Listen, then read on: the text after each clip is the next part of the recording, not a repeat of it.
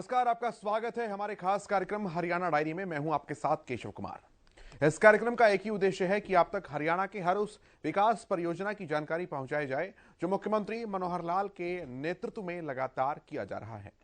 तो आइए शुरुआत करते हैं हमारे आज के खास कार्यक्रम हरियाणा डायरी की।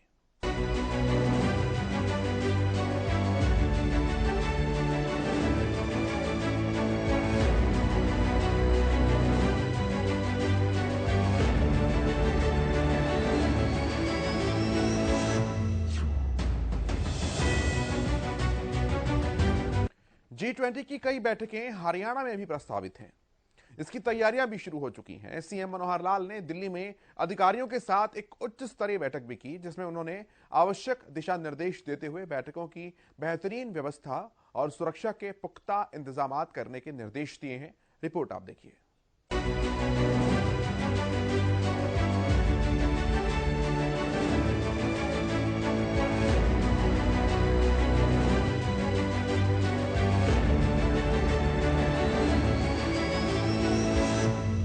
हरियाणा में G20 की कई बैठकें प्रस्तावित।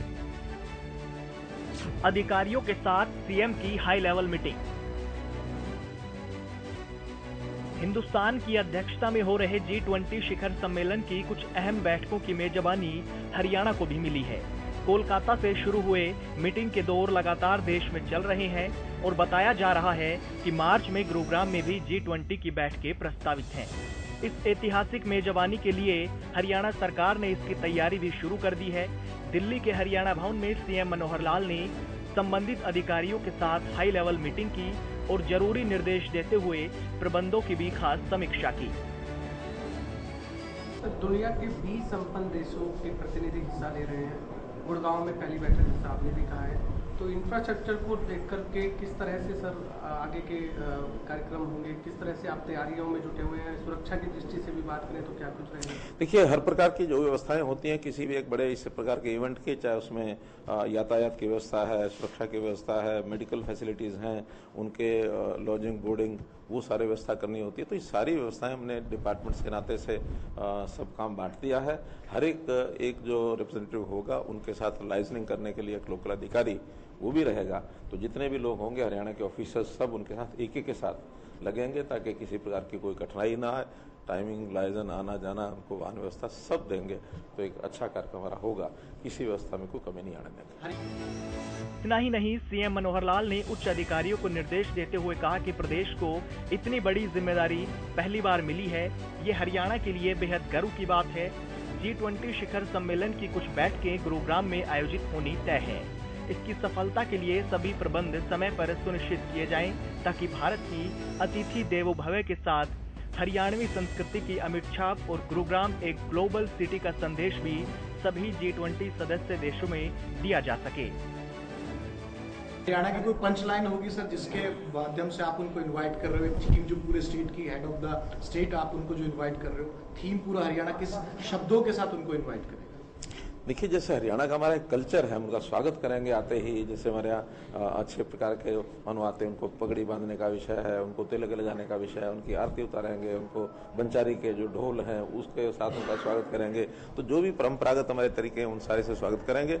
और हमारे यहाँ की जितनी भी उपलब्धियां हैं उसमें कोई ना कोई एक चीज जो अच्छी, खास करके ऐसा जो करप्शन फ्री वाली जो थीम है इस सेशन की, तो उसके नाते से भी हम हरियाणा में क्या कुछ कर रहे हैं वो भी उनको दिखाएंगे। सीएम ने अधिकारियों को निर्देश दिए कि G20 सदस्य देशों के शिष्टमंडल की सुविधा के लिए लाइजन ऑफिसर लगाए जाएं। संभावित बैठकों के स्थल व उसके आसपास के क्षेत्र में सुरक्षा के पुख्ता इंतजाम सुनिश्चित किए जाएं। साथ ही आपातकालीन स्थिति से निपटने के लिए आयोजन स्थल के पास अस्पताल भी चिन्हित किए जाएं। सीएम ने हेरिटेज एवं पर्यटन विभाग और सूचना, जनसंपर्क एवं भाषा विभाग के अधिकारियों को निर्देश देते हुए कहा कि अलग अलग देशों के शिष्टमंडल हरियाणा में आएंगे तो उन्हें राज्य की संस्कृति व विरासत से परिचय करवाने के लिए विशेष प्रबंधन किए जाएं। आयोजन स्थल पर हरियाणा थीम कॉर्नर भी स्थापित किया जाए, जहां मेहमानों के लिए हरियाणा के विकास गाथा से संबंधित जानकारी उपलब्ध हो। साथ ही सांस्कृतिक विरासत की झलक भी उन्हें देखने को मिल सके। ये तो केवल गुरुग्राम और इसके आसपास ही रहेगा, लेकिन अलग से हमने कहा है, निवेदन किया। आज भी बैठक में हमारी सेक्रेटरी मैडम चौहान जो DOPT सारे कार्यक्रमों को देख रही हैं, इनको हमने कहा है कि भी टीम से G20 की जो टीम है डिसाइड करने वाली, उनको कहें कि एक दिन स्पेशली कुरुक्षेत्र के लिए अगर मिलता है तो स्पेशली यहाँ से ले जा करके और वहाँ दिन भर उनको घुमाना, वहाँ की जो चीज़ें दिखाना, शाम को वापस एक स्पेशल ट्रेन की व्यवस्था भी हम कर सकते हैं। हमारी ऑफर है, स्वीकार होती है तो हम लेकर के जाएंगे। सीएम की अध्यक्षता में हुई इस मीटिंग में विशेष कमेटियों का भी गठन किया गया है, जिसको पूरा दारोमदार सौंपा गया है। इसके मुताबिक DGP की अध्यक्षता में एक विशेष टास्क फोर्स का गठन किया गया है। ADGP कानून एवं व्यवस्था, ADGP CID, पुलिस आयुक्त गुरुग्राम और गुरुग्राम के उपायुक्त इस टास्क फोर्स के सदस्य हैं। रेजिडेंट कमिश्नर हरियाणा भवन दिल्ली की अध्यक्षता में एक प्रोटोकॉल समिति बनाई गई है और अतिरिक्त आवासीय आयुक्त हरियाणा, पुलिस आयुक्त गुरुग्राम के प्रतिनिधि, उपायुक्त और मुख्य प्रोटोकॉल अधिकारी गुरुग्राम इस समिति के सदस्य हैं। कार्यक्रमों के दौरान हरियाणा की सांस्कृतिक विरासत को प्रदर्शित करने के लिए सूचना जनसंपर्क एवं भाषा विभाग के महानिदेशक, कला एवं संस्कृति विभाग के निदेशक और अतिरिक्त निदेशक सूचना जनसंपर्क एवं भाषा विभाग को सम्मिलित कर एक सांस्कृतिक समिति भी बनाई गई है। साथ ही बैठकों और कार्यक्रमों के आयोजन के दौरान लॉजिस्टिक सहायता के लिए एक लॉजिस्टिक एवं परिवहन समिति भी बनाई गई है। जानकारी के मुताबिक इस सम्मेलन में 30 राष्ट्रों के अलावा 5 आमंत्रित सदस्य राष्ट्रों के प्रतिनिधि भाग लेंगे। सीएम ने कहा कि देशवासियों के लिए ये गर्व की बात है कि भारत में पहली बार G20 सम्मेलन हो रहा है। तो वहीं उन्होंने ये भी कहा कि कोशिश रहेगी प्रदेश के प्रबुद्ध नागरिकों और बुद्धिजीवियों के अनुभवों का भी लाभ इसमें लिया जाएगा। G20 का जो समिट है और उसमें इस बार भारतवर्ष मेजबानी के लिए हम लोगों को ये अवसर मिला है, तो देश भर में एक लंबा कैंपेन चलने वाला है। इस कैंपेन में हरियाणा की अपनी हमारी भूमिका, तो हरियाणा में 2 बार हमें ये कार्यक्रम मिलने की योजना ऐसी बनाई गई है। पहला कार्यक्रम जो है 1 मार्च से शुरू होकर और 4 मार्च तक 4 दिन पूरी टीम यहाँ रहेगी और उसका एक थीम होगा। थीम का पूरा नाम क्या? Corruption free anti corruption working group. जो सारे G20 के देश हैं, उसके अतिरिक्त भी कुछ और देश भी उसमें आएंगे जिनको स्पेशल एक इन्विटेशन है। तो ऐसे सब लोग बैठ करके, एक बड़ी चिंता का विषय होता है कि एडमिनिस्ट्रेशन में करप्शन को कैसे समाप्त किया जाए। तो एंटी करप्शन ग्रुप ऐसा जो होगा 3 दिन तक वो चर्चा करेगा। और जो 4th डे है उसमें स्टेट स्पेसिफिक को जैसा एक दिन मिलता है कि अपने वहाँ का कोई भी कल्चर है, अपने वहाँ की जो प्रेजेंटेशन करनी है उनको, उसमें वो दिखा सकें। तो वो सारी योजना बनाई गई है कि 3 दिन में व्यवस्थाएं कैसे रहेंगी और किस प्रकार की उनकी एयरपोर्ट से लेकर के उनकी परिवहन व्यवस्था, उनके ठहरने की व्यवस्था, उनका जो वेन्यू रखा है वो लीला होटल। तो वहीं उन्होंने ये भी कहा कि G20 शिखर सम्मेलन के दौरान ही अंतर्राष्ट्रीय सूरज कुंड शिल्प मेले का भी आयोजन होना है। G20 सदस्य देशों के प्रतिनिधियों को इस मेले में भी आमंत्रित किया जाएगा।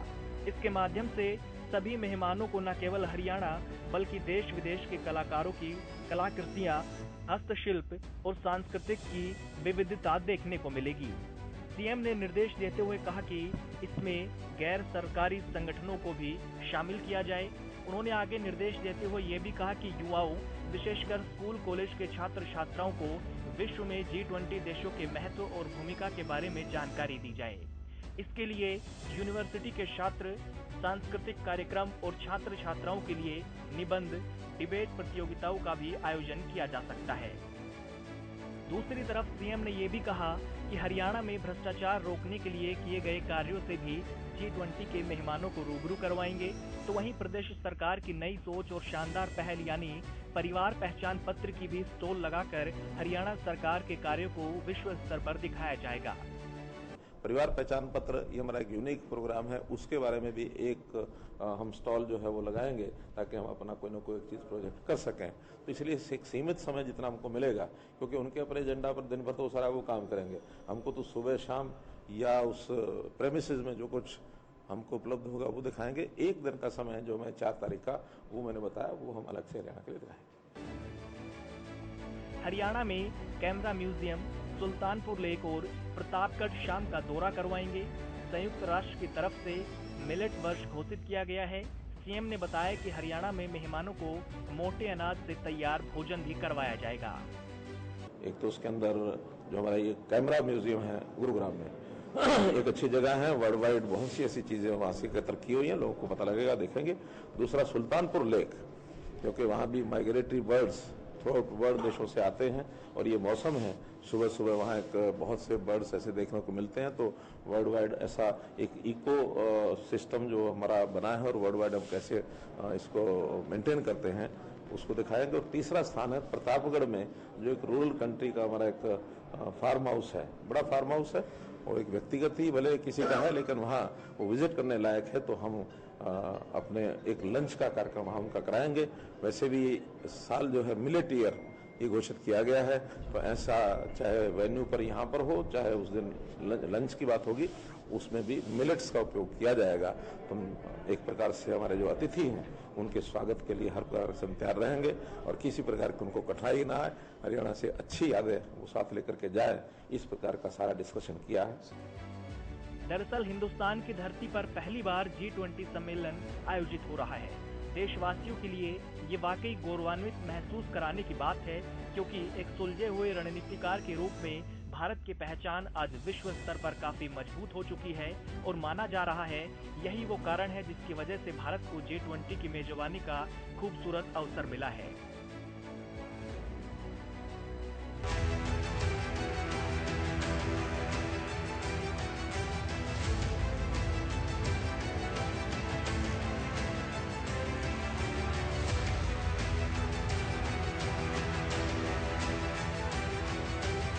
हरियाणा के लोगों की समस्याओं का समाधान करना प्रदेश सरकार की प्राथमिकताओं में शामिल है। फरीदाबाद में सीएम मनोहर लाल ने लोगों की समस्याओं को सुना। इस दौरान उन्होंने अधिकारियों को आदेश देते हुए कहा कि सैनिक कॉलोनी फरीदाबाद में बिल्डिंग बनाना, रजिस्ट्री और स्टैंप मामलों की जांच अब विजिलेंस करेगी। पूरा मामला क्या कुछ है, ये रिपोर्ट आपको समझाएगी।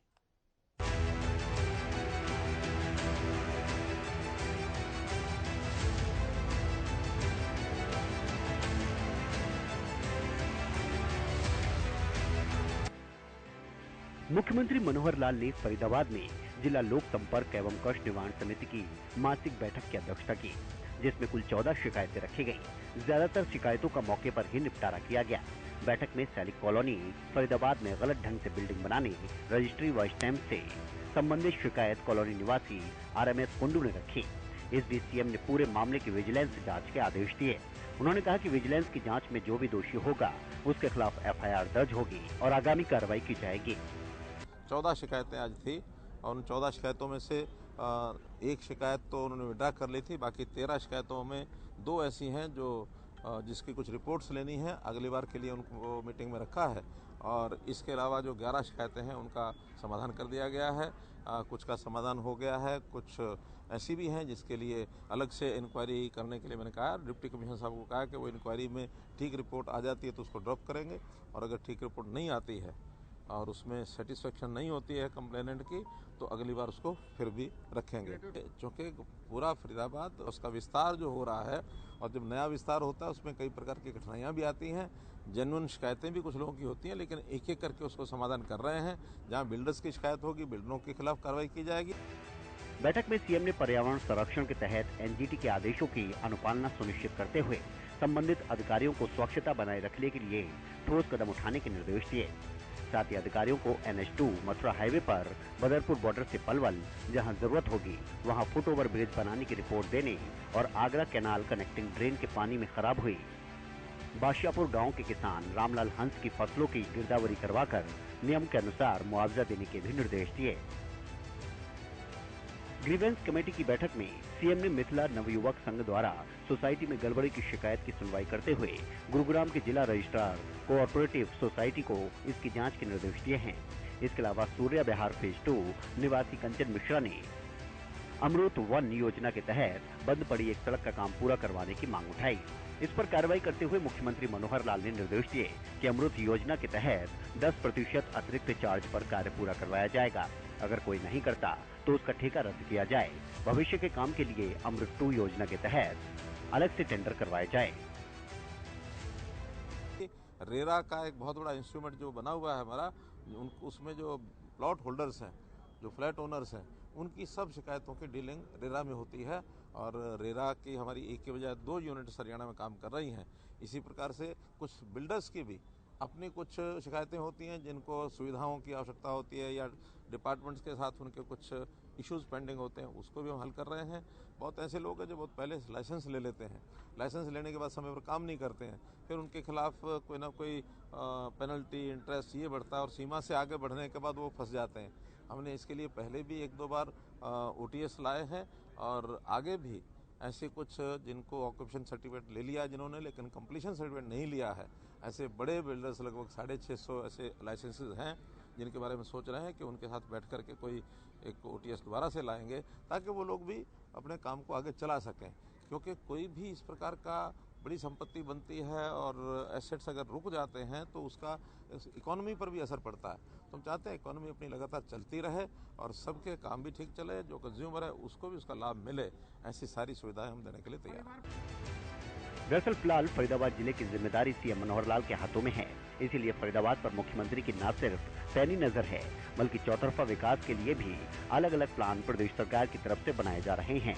हर महीने मुख्यमंत्री मनोहर लाल फरीदाबाद आते हैं, लोगों की समस्याओं को ध्यान से सुनते हैं, ज्यादातर का मौके पर ही निपटारा किया जाता है, क्योंकि संबंधित विभाग के अधिकारियों को भी ग्रीवेंस कमेटी की बैठक में शामिल होने के आदेश दिए जाते हैं ताकि लोगों की शिकायतों पर आमने सामने बात हो सके, उनका समाधान कराया जा सके और अगर कोई खामियां रहती हैं तो उनको दूर किया जा सके। सीएम का टारगेट होता है कि मौके पर ही अधिकतर समस्याओं का समाधान किया जाए।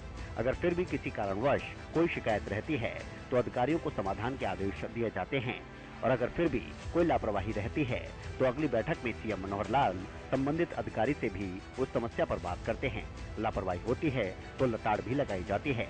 यानी साफ शब्दों में कहा जाए तो फरीदाबाद पर सीएम मनोहर लाल का खास फोकस है और हर महीने मुख्यमंत्री मनोहर लाल यहाँ पर आते हैं, जिसकी वजह से अधिकारियों में भी सीएम का खौफ तो रहता ही है, बल्कि कुछ गलत करने पर फंसने का डर भी जिम्मेदारों को सताए रखता है।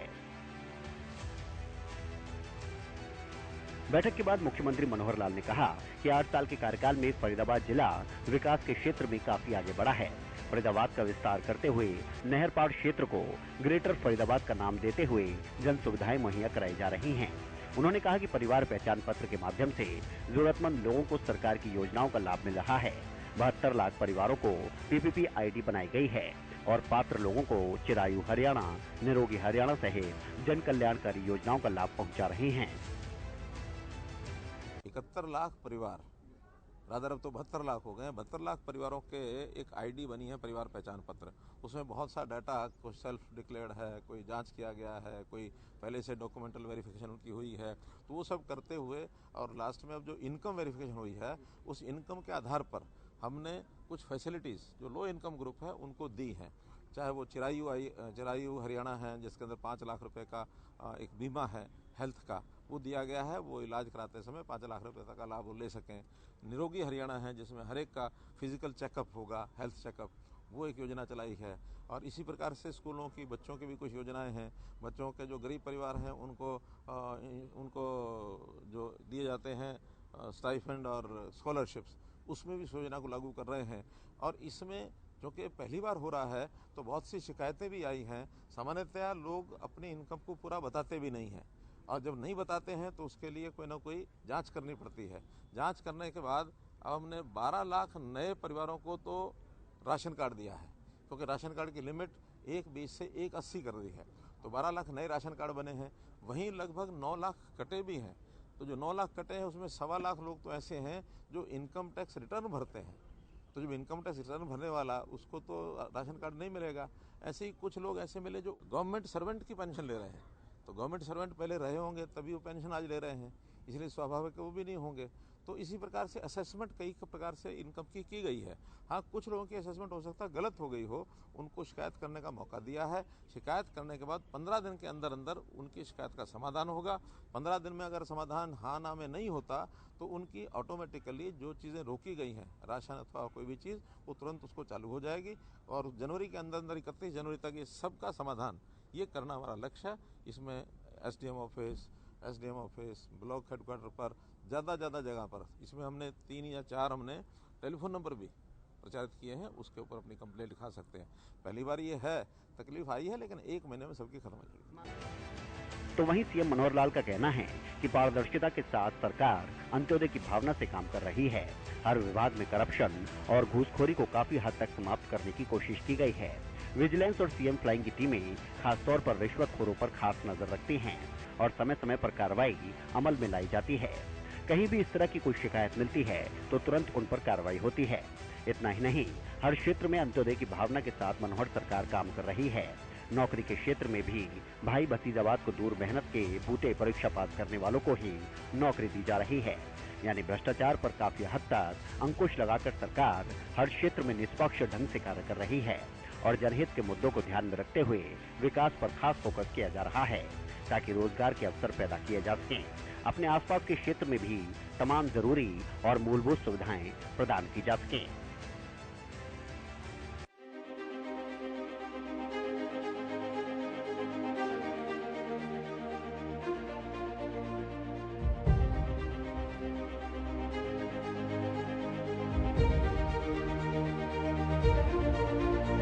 अलग अलग क्षेत्रों में हरियाणा सरकार शानदार काम कर रही है। जानकारियों के मुताबिक अब हरियाणा में उद्योगों को 24 घंटे बिजली मिलेगी, जिसकी तैयारियां भी शुरू कर दी गई हैं। बताया जा रहा है कि बहुत जल्द प्रदेश के विभागीय अधिकारी गुजरात के दौरे पर जाएंगे और बारीकियों को समझकर वापस आएंगे। मुख्यमंत्री ने इस बात की मंजूरी भी अधिकारियों को दे दी है। रिपोर्ट आप देखिए।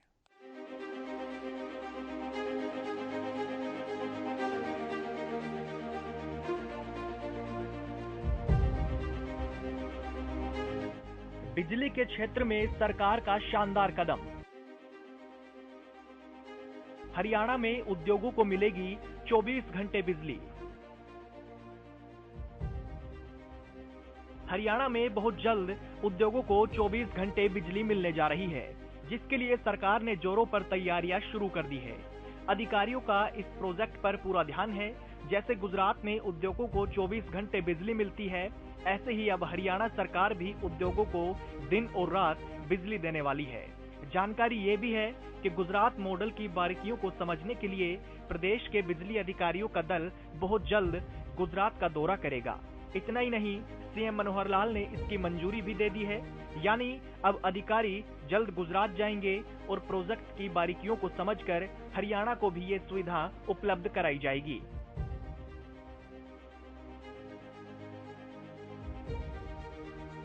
हरियाणा में उद्योगों के लिए खास प्रोजेक्ट।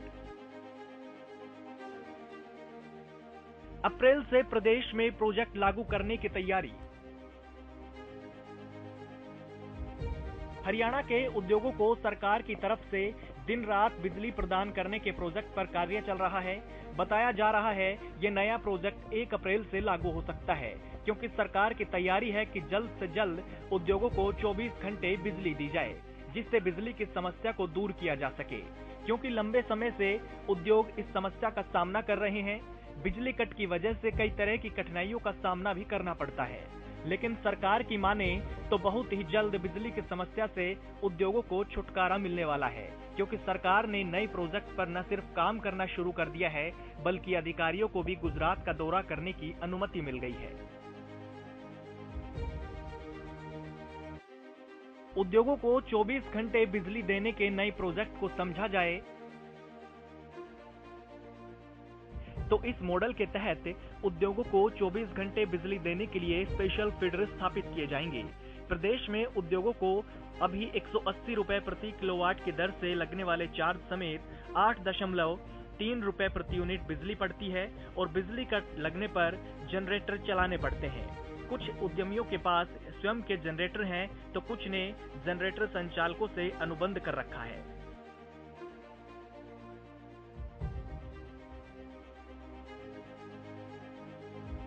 जब सरकार उद्योगों को 24 घंटे बिजली देने का प्लान कर रही है, तो ऐसे में ये समझना भी जरूरी हो जाता है कि उद्योगों को इससे क्या क्या फायदे हो सकते हैं। जैसे ही 24 घंटे बिजली मिलनी शुरू होगी, तो बिजली कट की समस्या दूर हो जाएगी, जनरेटर से छुटकारा मिल जाएगा, जनरेटर चलाने पर प्रतिबंध लगने से आने वाली समस्या का समाधान होगा, मैन्युफैक्चरिंग के दौरान आने वाली दिक्कतें दूर होंगी, कोई भी उत्पाद बिजली कट की वजह से अधूरा नहीं रहेगा। बिजली कट की वजह से मशीनों में आने वाली शिकायतों पर भी रोक लग जाएगी। 24 घंटे उद्योगों में काम किया जा सकेगा।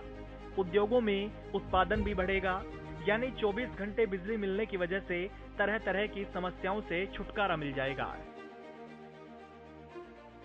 दरअसल सुप्रीम कोर्ट और एनजीटी की तरफ से एनसीआर में वायु प्रदूषण को देखते हुए नवंबर से फरवरी तक हर साल जनरेटर चलाने पर प्रतिबंध लगा दिया जाता है, जिसकी वजह से उद्योगों को कई तरह की दिक्कतें आती थी। उत्पादन भी कम हो जाता था, जिसके बाद सरकार ने उनकी समस्याओं को ध्यान में रखते हुए ये फैसला लिया है कि अब हरियाणा में उद्योगों को 24 घंटे बिजली दी जाएगी। हरियाणा में जैसे ही गर्मियों में बिजली कट की शिकायतें मिली तो तुरंत सरकार ने बिजली कंपनियों से बात कर समस्या दूर की।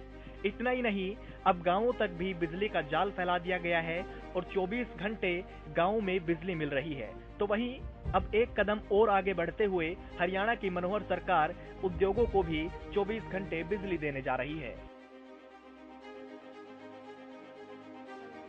तो वहीं बिजली मंत्री रणजीत चौटाला ने भी कहा था कि बिजली विभाग को हाईटेक किया जा रहा है। खेतों में लगे ट्यूबवेल को सौर ऊर्जा से चलाने की तैयारी है। खेती के लिए रात की बजाय दिन में बिजली देने पर जोर दे रहे हैं। बिजली विभाग को इतना सक्षम बना रहे हैं कि कंट्रोल रूम से ही उपभोक्ताओं के मीटर कंट्रोल हो सके। सरकार की तैयारी है कि प्रदेश के 6.5 लाख खेती के ट्यूबवेल कनेक्शन को सोलर पर लाया जाए, क्योंकि एक कनेक्शन पर प्रति साल 1 लाख रुपए की सब्सिडी सरकार देती है।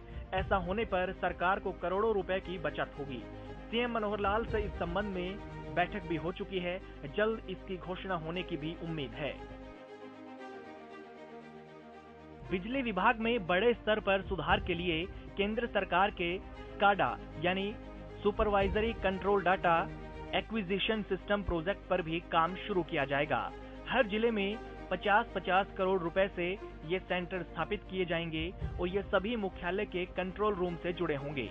ये शुरू होने के बाद कंट्रोल रूम में बैठे ही किसी का भी बिजली कनेक्शन काटना और जोड़ना संभव होगा। इसके अलावा लोड को भी ट्रांसफर किया जा सकेगा। यानी बिजली के क्षेत्र में हरियाणा सरकार न सिर्फ क्रांतिकारी कदम उठा रही है, बल्कि उसको जल्द से जल्द जमीन पर भी उतारा जा रहा है ताकि उसका लाभ मिल सके।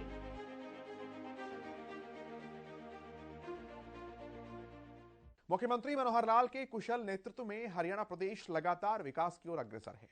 हरियाणा सरकार का एक ही मकसद है कि प्रदेश के अंतिम व्यक्ति तक विकास पहुंचाया जा सके, और हमारा यह मकसद है कि सरकार की उस हर विकास परियोजना की जानकारी आप तक पहुंचाई जा सके जो कि हरियाणा सरकार आपके लिए यानी कि हरियाणा वासियों के लिए बना रही है।